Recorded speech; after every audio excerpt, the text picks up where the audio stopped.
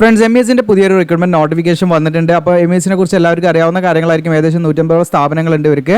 അപ്പോൾ ഇതിലേക്ക് നമുക്ക് പ്രൊമോഷൻ സാധ്യതയ്ക്കുള്ള ഒരു കാരണം ഒരുപാട് സ്ഥാപനങ്ങൾ ഉണ്ടായതുകൊണ്ട് നമ്മുടെ ക്വാളിഫിക്കേഷൻ അനുസരിച്ച് സർവീസിനനുസരിച്ച് നമുക്ക് പ്രൊമോഷൻ സാധ്യതയൊക്കെ ഉണ്ടായിരിക്കാം.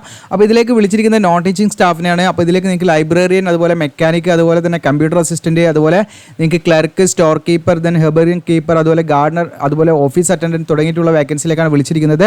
വിവിധ ക്വാളിഫിക്കേഷൻ ഉള്ളവർക്ക് ഇതിലേക്ക് അപ്ലൈ ചെയ്യാം. അപ്പം നിങ്ങൾക്ക് ഇതിലേക്ക് എങ്ങനെയാണ് അപേക്ഷ നൽകേണ്ടതെന്നുള്ള വിശദമായിട്ട് നമ്മൾ വീഡിയോയിൽ പറയുന്നുണ്ട്. അപ്പോൾ ഇവരുടെ ഇൻസ്റ്റിറ്റ്യൂഷൻ ജസ്റ്റ് നമുക്ക് ഇവിടെ കാണാം. ഇൻസ്റ്റിറ്റ്യൂഷൻ അറ്റ് ഗ്ലാൻസ് ആയിട്ട് നമുക്ക് അത് ഒറ്റ നോട്ടത്തിൽ അവരുടെ ഇൻസ്റ്റിറ്റ്യൂഷൻ നോക്കാം, എത്രത്തോളം ഇൻസ്റ്റിറ്റ്യൂഷൻ അവർക്ക് ഉണ്ടെന്ന്. പ്രൊഫഷണൽ ഇൻസ്റ്റിറ്റ്യൂഷൻ തന്നെ അവർക്ക് 10 ഉണ്ട്. ആർട്സ് ആൻഡ് സയൻസ് കോളേജുകൾ 21 ഉണ്ട്.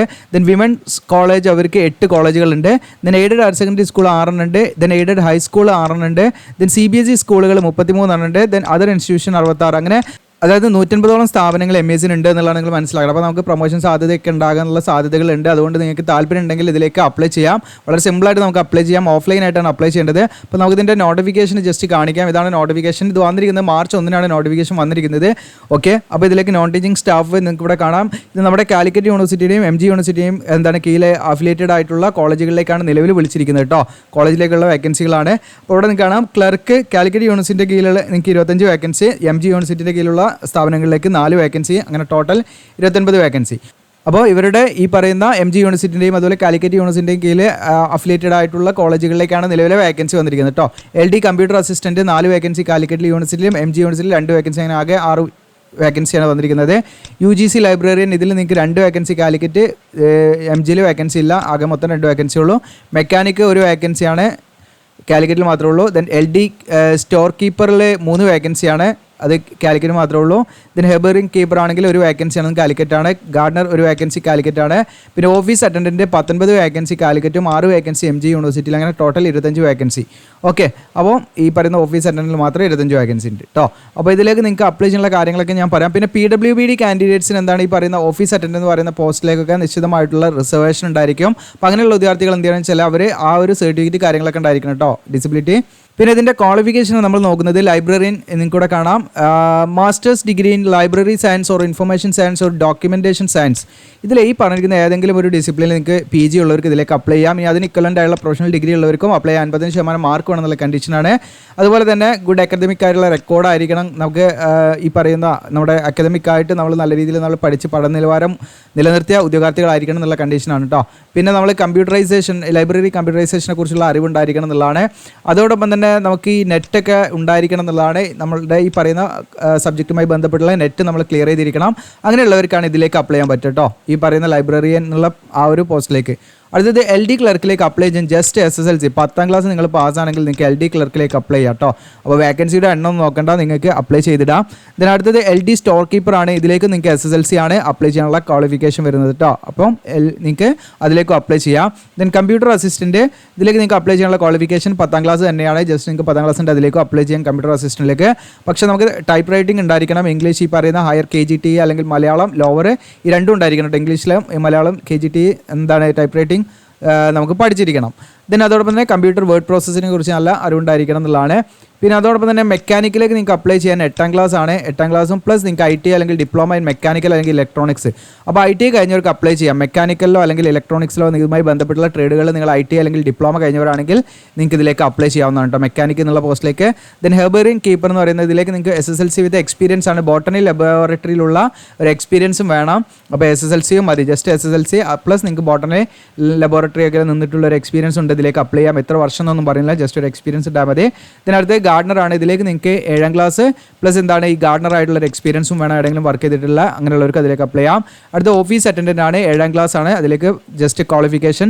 അപ്പോൾ നിങ്ങൾക്ക് 10ാം ക്ലാസ് കഴിഞ്ഞവർക്ക് എന്ത് ചെയ്യാം, അപ്ലൈ ചെയ്യാം കേട്ടോ. അതിൻ്റെ മിനിമം ക്വാളിഫിക്കേഷൻ ആണ് 7ാം ക്ലാസ്. ഇപ്പോൾ 7ാം ക്ലാസ്സിലുള്ളവരൊന്നും ഉണ്ടാവില്ല, മിനിമം എല്ലാവർക്കും 10ാം ക്ലാസ്സിൽ നമ്മൾ പാസ്സാണ്. അപ്പം ജസ്റ്റ് നിങ്ങൾക്ക് അതിൻ്റെ എസെൻഷ്യൽ ക്വാളിഫിക്കേഷനോട് പറയുന്നത്. അതിന് മുകളിലുള്ളവർക്ക് എന്ത് ചെയ്യാം, അപ്ലൈ ചെയ്യാം കേട്ടോ. +2 10 അങ്ങനെയുള്ളവർക്കൊക്കെ ഇതിലേക്ക് അപ്ലൈ ചെയ്യാം. ഇനി ഇവിടെ നിങ്ങൾക്ക് ഡിസബിലിറ്റി ഉള്ള ഉദ്യോഗാർത്ഥികൾ PWD കാൻഡിഡേറ്റ്സ് ആണെങ്കിൽ അവർ ഡിസബിലിറ്റി സർട്ടിഫിക്കറ്റ് അവർ വാലിഡ് ആയുള്ള സർട്ടിഫിക്കറ്റ് ഉണ്ടായിരിക്കണം കേട്ടോ. അങ്ങനെയുള്ള ഉദ്യോഗാർത്ഥികളുടെ കാര്യമാണ്. ആർക്ക് വേണമെങ്കിലും ഇതിലേക്ക് അപ്ലൈ ചെയ്യാം. ഓഫീസ് അറ്റൻഡിലേക്ക് ആർക്ക് വേണമെങ്കിലും അപ്ലൈ ചെയ്യാം. അതിൽ നിശ്ചിത ഓഫീസ് അറ്റൻഡിലേക്ക് നിശ്ചിത വേക്കൻസി PWBD കാൻഡിഡേറ്റ്സിന് എന്താണ് റിസർവ്ഡ് ആക്കി വെച്ചിട്ടുണ്ട്. അപ്പോൾ അതിലേക്ക് അവർക്ക് റിസർവേഷൻ കിട്ടണമെങ്കിൽ എന്ത് വേണമെന്ന് വെച്ചാൽ വാലിഡ് ആയിട്ടുള്ള ഡിസബിലിറ്റി സർട്ടിഫിക്കറ്റ് അവരുടെ കയ്യിലുണ്ടായിരിക്കണം എന്നുള്ള കണ്ടീഷനാണ് കേട്ടോ. ഓക്കെ. അപ്പോൾ നിങ്ങൾക്ക് ഇതിലേക്ക് അപേക്ഷ നൽകാൻ താല്പര്യം ഉണ്ടെങ്കിൽ നമുക്കൊരു അപേക്ഷ ഫീസ് വരുന്നുണ്ട്. ഈ PWD കാൻഡിഡേറ്റ്സിന് ഫീസ് ഒന്നുമില്ല, അവർക്ക് ഫ്രീ ആയിട്ട് ഇതിലേക്ക് അപ്ലൈ ചെയ്യാം. ബാക്കിയുള്ള എല്ലാ ഉദ്യോഗാർത്ഥികളും 500 രൂപയുടെ DD എടുക്കണം കേട്ടോ. ബാങ്കിൽ പോയിട്ട് നമ്മൾ 500 രൂപയുടെ ഡിമാൻഡ് ഡ്രാഫ്റ്റ് എടുക്കണം. DD അത് പേബിൾ അറ്റ് എന്നുള്ളത് കൊടുക്കേണ്ടത് നമ്മൾ കാലിക്കറ്റ് എന്നുള്ളതാണ് കേട്ടോ കൊടുക്കേണ്ടത്. പേബിൾ അറ്റ് കാലിക്കറ്റ് എന്നുള്ളതാണ് കൊടുക്കേണ്ടത്. ഫേവർ ഓഫ് കൊടുക്കേണ്ടത് ജനറൽ സെക്രട്ടറി MES എന്ന് കൊടുക്കണം കേട്ടോ. ഇതാണ് ഇവിടെ ഞാൻ ഈ ബ്ലാക്ക് ഈ ഒരു ഗ്രീൻ കളറിൽ ഇവിടെ മാർക്ക് ചെയ്തിരിക്കുന്നത്. ഇതാണ് ഫേവർ ഓഫ് കൊടുക്കേണ്ടത്. ഈ ക്യാപിറ്റൽ ലെറ്ററിൽ ഇവിടെ നിങ്ങൾക്ക് കാണാം, ദ ജനറൽ സെക്രട്ടറി MES. ഇത് മൊത്തമായിട്ട് കൊടുക്കണം കേട്ടോ. ദ ജനറൽ സെക്രട്ടറി MES മുഴുവനായിട്ട് കൊടുക്കണേ. ദ ജനറൽ സെക്രട്ടറി MES ഇതാണ് കൊടുക്കേണ്ടത് കേട്ടോ, ഫേവർ ഓഫ് എന്നുള്ളടത്ത്. ഓക്കെ. പിന്നെ ഇതിൽ നമ്മൾ അവിടെ എത്തേണ്ട അവസാന തീയതി 31 മാർച്ച് 31 ഉള്ളിൽ എന്ത് ചെയ്യണം, നമ്മൾ ആവശ്യമായിട്ടുള്ള ഫോം പ്രിൻറ്റ് ചെയ്തിട്ട് അതിൻ്റെ കൂടെ എസെൻഷ്യൽ ആയിട്ടുള്ള എല്ലാ ഡോക്യുമെൻറ്റ്സും നമ്മൾ സെൽഫ് അറ്റസ്റ്റഡ് കോപ്പി വെച്ചിട്ട് നമ്മൾ അയച്ചു കൊടുക്കണം. അപ്പോൾ അയച്ചു കൊടുക്കേണ്ട അഡ്രസ്സൊക്കെ ഞാൻ കാണിക്കാം. ഒരു സെപ്പറേറ്റ് അഡ്രസ്സ് ഒന്നും തന്നിട്ടില്ല, നമുക്ക് അഡ്രസ്സ് കണ്ടുപിടിക്കാം. ഓക്കെ. അതോടൊപ്പം തന്നെ നിങ്ങൾ എലിജിബിൾ ആണെങ്കിൽ നിങ്ങൾക്ക് എന്ത് ചെയ്യാം, DD എടുത്ത് നിങ്ങൾ എന്ത് ചെയ്യുക, ഈ പറയുന്ന ഏജ് ക്വാളിഫിക്കേഷനൊക്കെ പ്രൂവ് ചെയ്യുന്ന ആ സർട്ടിഫിക്കറ്റ് കാര്യങ്ങളൊക്കെ എല്ലാത്തിൻ്റെയും ഫോട്ടോസ്റ്റാറ്റ് സെൽഫ് അറ്റസ്റ്റ് ചെയ്ത് അതിൻ്റെ കൂടെ വെച്ച് മാർച്ച് 31 ഉള്ളിൽ എന്ത് ചെയ്യുക, അപ്ലൈ ചെയ്യുക. അപ്പോൾ ഇതിൻ്റെ ഏജ് ലിമിറ്റ് എന്ന് പറയുന്നത് എന്താണ്, ഗവൺമെൻറ് നോംസ്, കേരള ഗവൺമെൻറ് നോംസിനനുസരിച്ചായിരിക്കും. അതായത് PSCയിലെ ഏജ് ലിമിറ്റ് ഒക്കെ നിങ്ങൾക്ക് എന്ത് ചെയ്യുക, ബന്ധപ്പെടുത്തി വെക്കാം. അതായത് ഇപ്പോൾ നമുക്ക് ഈ പറയുന്ന ക്ലർക്കിലേക്കൊക്കെ അപ്ലൈ ചെയ്യാൻ നമുക്ക് ഏകദേശം നോർമലി 37 പറയുന്നത് ഇപ്പോൾ PSC. അപ്പോൾ അതിൻ്റെ നോക്കിയാൽ മതി നിങ്ങൾ കേട്ടോ. അപ്പോൾ ആ ഏജ് ലിമിറ്റ് തന്നെയാണ് വരുന്നത്. അപ്പോൾ ഏജ് റിലാക്സേഷൻ ഒക്കെ ഉണ്ടായിരിക്കും. ഈ പറയുന്ന SC ST OBC ഒക്കെ ആണെങ്കിൽ നിശ്ചിതമായുള്ള ഏജ് റിലാക്സേഷൻ നമുക്ക് കിട്ടാൻ സാധ്യതയുണ്ട്. എന്തായാലും നിങ്ങൾക്ക് താല്പര്യം ഉണ്ടെങ്കിൽ നിങ്ങൾ എന്ത് ചെയ്യാം, അപ്ലൈ ചെയ്തേക്കാം. അപ്പം കേരള ഗവൺമെൻറ് നോംസിനനുസരിച്ചായിരിക്കും കേട്ടോ ഇതിൻ്റെ ഏജ് ലിമിറ്റ് വരുന്നത്. അപ്പോൾ നമ്മൾ PSCയുടെ ജസ്റ്റ് ഒന്ന് നമുക്ക് ഗൂഗിൾ ചെയ്ത് നോക്കിയാൽ നിങ്ങൾക്ക് കിട്ടും കേട്ടോ ഓരോന്നിൻ്റെയും ഏജ് ലിമിറ്റ് കാര്യങ്ങൾ. അപ്പോൾ അത് വെച്ചിട്ട് നിങ്ങൾക്ക് നിങ്ങളുടെ ഏജ് ഓവറാണോ എന്നുള്ളത് നിങ്ങൾക്ക് നോക്കാൻ പറ്റും. ഓക്കെ.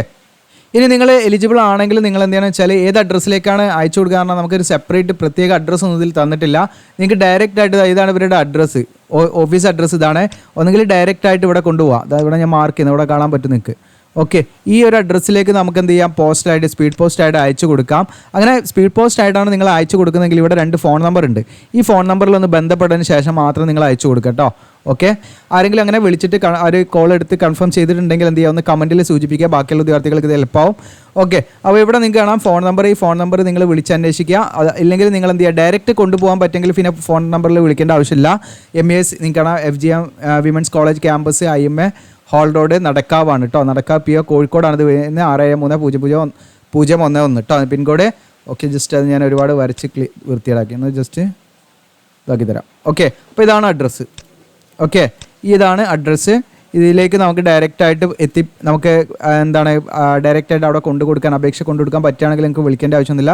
അങ്ങനെ കൊണ്ടുപോകാം. ഇനി അതല്ല നിങ്ങൾ ദൂരെയുള്ള മറ്റു ഡിസ്ട്രിക്റ്റിലുള്ളവരൊക്കെ ആണെങ്കിൽ അവരെന്ത് ചെയ്യാം, ഈ 2 നമ്പറിലേക്ക് ഒന്ന് കോൺടാക്ട് ചെയ്തതിന് ശേഷം മാത്രം നിങ്ങൾ തീരുമാനിക്കട്ടോ എങ്ങനെ അപ്ലൈ ചെയ്യേണ്ടതെന്നുള്ളത്. അതായത് പോസ്റ്റലായിട്ട് വേണോ അല്ലെങ്കിൽ ഡയറക്റ്റ് അവിടെ കൊടുക്കണോ എന്നുള്ള കാര്യങ്ങൾ. പോസ്റ്റലായിട്ടാണെങ്കിൽ ഈ അഡ്രസ്സ് തന്നെയാണോ എന്നൊന്ന് അവരോട് കൺഫേം ചെയ്യാം. ഇനി ഇതിലേക്ക് അപ്ലിക്കേഷൻ ഫോമാണ്. ഇതിലേക്ക് അപ്ലിക്കേഷൻ ഫോം നമ്മുടെ വീഡിയോയുടെ ഡിസ്ക്രിപ്ഷനിൽ ഞാൻ അപ്ലൈ നൗ എന്ന് പറഞ്ഞ ലിങ്ക് വരും. ആ ലിങ്കിൽ ക്ലിക്ക് ചെയ്താൽ ഈ പേജിലേക്കായിരിക്കും വരിക. നിങ്ങൾക്ക് ഇവിടെ കാണാം application invited four appointment of non teaching staff എന്നാണ് ഇവിടെ കാണാൻ പറ്റും. ഇതിൽ നിങ്ങൾക്ക് നോട്ടിഫിക്കേഷൻ ഇവിടുന്ന് ഡൗൺലോഡ് ചെയ്തെടുക്കാം. അതിന് താഴെ നിങ്ങൾക്ക് ലൈബ്രറി എന്ന് പറയുന്ന പോസ്റ്റിലേക്കാണെങ്കിൽ അതിൽ ക്ലിക്ക് ചെയ്താൽ നിങ്ങൾക്ക് ലൈബ്രറീൻ്റെ ഫോം ഇവിടെ ഓപ്പൺ ആയിട്ട് വരും. ഇത് കംപ്ലീറ്റ് നിങ്ങൾ ഫില്ല് ചെയ്യുക, സൈൻ ചെയ്യുക, അയച്ചു കൊടുക്കുക. ഓക്കെ. അതിൻ്റെ കൂടെ നമ്മൾ എസെൻഷ്യൽ ക്വാളിഫിക്കേഷൻ എല്ലാം ഫോട്ടോസ്റ്റാറ്റ് എടുത്തിട്ട് നമ്മൾ എന്ത് ചെയ്യണം, സെൽഫ് അറ്റസ്റ്റ് ചെയ്ത് വെക്കണം കേട്ടോ എല്ലാ ഡോക്യുമെൻറ്റ്സും. പിന്നെ മെക്കാനിക് ആണെങ്കിൽ അത് ക്ലിക്ക് ചെയ്യാം. മെക്കാനിക്കിൻ്റെ ഫോമാണ്, വളരെ സിമ്പിളായിട്ടുള്ള ഫോമാണ്. അതുകൊണ്ട് ഞാനിത് ഡീറ്റെയിൽ ആയിട്ട് പറയണം തോന്നുന്നില്ല. ഫോട്ടോ ഒക്കെ ഒട്ടിച്ച് നമ്മൾ ഈസി ആയിട്ട് നമുക്ക് അയച്ചു കൊടുക്കാൻ പറ്റും. അപ്പോൾ ഇവിടെ നോട്ടിഫിക്കേഷൻ നമ്പർ എന്നുള്ളത് നമ്മുടെ നോട്ടിഫിക്കേഷനിലൊരു നമ്പർ ഉണ്ടാവും. ജസ്റ്റ് കാണിക്കാം. ഓക്കെ. നോട്ടിഫിക്കേഷൻ. ഓക്കെ. ഇതാണ് അഡ്വർടൈസ്മെൻറ്റ് നമ്പർ 1/ അഡ്വർടൈസ്മെൻറ്റ് നമ്പർ 1/24 എന്നാണ്. അപ്പോൾ ഈ നോട്ടിഫിക്കേഷൻ നമ്പർ എന്നുള്ളടത്ത് അത് നിങ്ങൾ ജസ്റ്റ് എഴുതിയാൽ മതി കേട്ടോ. പിന്നെ അടുത്ത് വരുന്നത് കമ്പ്യൂട്ടർ അസിസ്റ്റൻ്റ് ആണെങ്കിൽ അത് ക്ലിക്ക് ചെയ്യാം. അതിൻ്റെ ഫോമാണത്. ഓക്കെ. നമ്മളത് ഫില്ല് ചെയ്തിട്ട് അയച്ചു കൊടുക്കുക. വളരെ സിമ്പിളായുള്ള കാര്യങ്ങളാണ്. ഇതിൽ എന്തെങ്കിലും ഡൗട്ടോ കാര്യങ്ങളുണ്ടെങ്കിൽ നിങ്ങൾ ഇൻസ്റ്റയിൽ ഫോളോ ചെയ്തിട്ട് കോൺടാക്ട് ചെയ്യാം കേട്ടോ. ഓക്കെ. പിന്നെ നമുക്ക് ക്ലർക്ക് ഈ പറയുന്ന സ്റ്റോർ കീപ്പറൊക്കെ ആണെങ്കിൽ നമ്മളിവിടെ ക്ലിക്ക് ചെയ്യാം. അതിനെല്ലാത്തിനും കോമൺ ആയിട്ട് നമുക്കൊരു ഫോമാണ് കേട്ടോ. ഓക്കെ. അപ്പോൾ അത് നമ്മൾ എന്ത് ചെയ്യാം, ഫില്ല് ചെയ്തിട്ട് അങ്ങനെ കൊടുക്കുക. അപ്പോൾ ഓരോന്നിൻ്റെയും നമ്മൾ ഏത് പോസ്റ്റിലാണ് അപ്ലൈ ചെയ്യുന്നത് വെച്ചാൽ ഇവിടെ application for the post of clerk ആണെങ്കിൽ ക്ലർക്ക്, അല്ലെങ്കിൽ സ്റ്റോർ കീപ്പർ ആണെങ്കിൽ സ്റ്റോർ കീപ്പർ, അതൊക്കെ കൊടുക്കണം. അവിടെ നോട്ടിഫിക്കേഷൻ നമ്പർ അതിൻ്റെ ഡേറ്റ് കൊടുക്കണം. നോട്ടിഫിക്കേഷൻ വന്ന ഡേറ്റും ഇവിടെ ഉണ്ട്. നോട്ടിഫിക്കേഷനിൽ തന്നെ ഉണ്ട് ഡേറ്റ് 1/3/2024 കേട്ടോ. ആ ഡേറ്റ് നമ്മൾ കൊടുക്കാം കേട്ടോ. അപ്പോൾ ഇത്രയും കാര്യങ്ങളാണ് ഇതിൻ്റെ ഡീറ്റെയിൽ ആയിട്ടുള്ള കാര്യങ്ങൾ. അപ്പം നിങ്ങൾക്ക് ഉപകാരപ്രദമാണെങ്കിൽ നിങ്ങളുടെ കൂട്ടുകാരിലേക്ക് ഒന്ന് ഷെയർ ചെയ്യുക. നമ്മുടെ ചാനൽ ഒന്ന് സബ്സ്ക്രൈബ് ചെയ്യുക, ബെല്ലൈക്കൻ എനേബിൾ ചെയ്ത് വെക്കുക. Thank you.